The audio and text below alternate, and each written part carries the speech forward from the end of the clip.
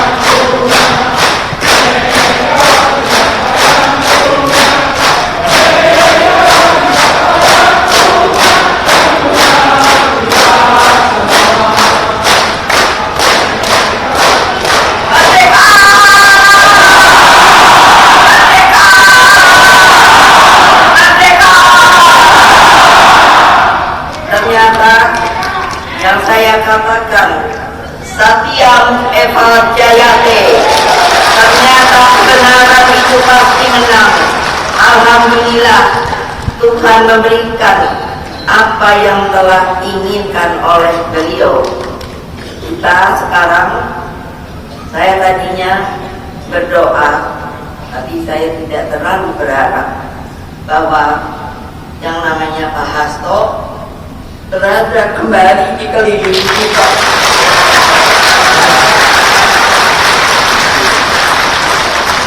Maka ingatlah apa yang tadi saya baru katakan, harus teguh, harus setia, karena itulah anugerah sebenarnya kepada manusia dari Allah Subhanahu wa Ta'ala.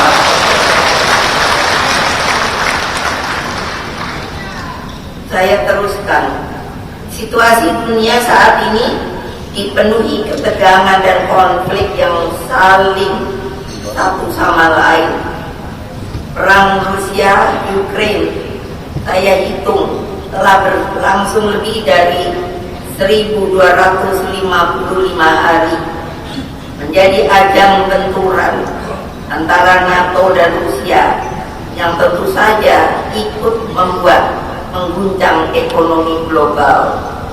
Ketegangan antara Israel dan Iran berpotensi seperti tadi saya katakan memicu blokade Selat Hormuz yang pada gilirannya dapat menyebabkan lonjakan harga minyak dunia.